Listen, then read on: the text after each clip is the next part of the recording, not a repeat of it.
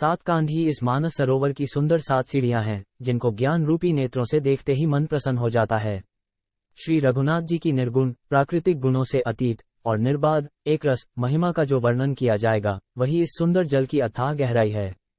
सात कांध ही इस मानस सरोवर की सुंदर 7 सीढ़ियां हैं, जिनको ज्ञान रूपी नेत्रों से देखते ही मन प्रसन्न हो जाता है। श्री रघुनाथ जी की निर्गुण, प्राकृतिक गुणों से अतीत और निर्बाध एक रस महिमा का जो वर्णन किया जाएगा, वही इस सुंदर जल की अथाह गहराई है। श्री रामचंद्र जी और सीता जी का यश अमृत के समान जल है। इसमें जो उपमाएं दी गई हैं, वही तरंगों का मनोहर विलास है। सुंदर चौपायां ही इसमें घनी फैली हुई पुरिन कमलिनी हैं और कविता की युक्तियां सुंदर मणि मोती उत्पन्न करने वाली सुहावनी सीपियां हैं। जो सुंदर छंद, सोरठे और दोहे हैं, वही इसमें बहुरंगे कमलों के समूह सुशोभित हैं। अनुपम अर्थ, ऊंचे भाव और सुंदर भाषा ही पराग, पुष्पर्ज, मकरंद, पुष्परस और सुगंध हैं। सत्कर्मों, पुण्यों के पुंज भौरों की सुंदर पंक्तियां हैं। ज्ञान, वैराग्य और विचार हंस हैं।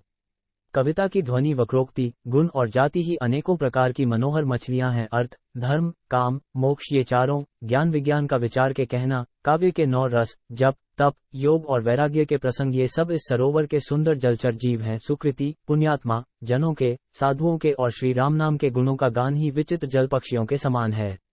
संतों की सभा ही इस सरोवर के चारों ओर की अमराई, आम की बगीचियां हैं और श्रद्धा वसंत ऋतु के समान कही गई है।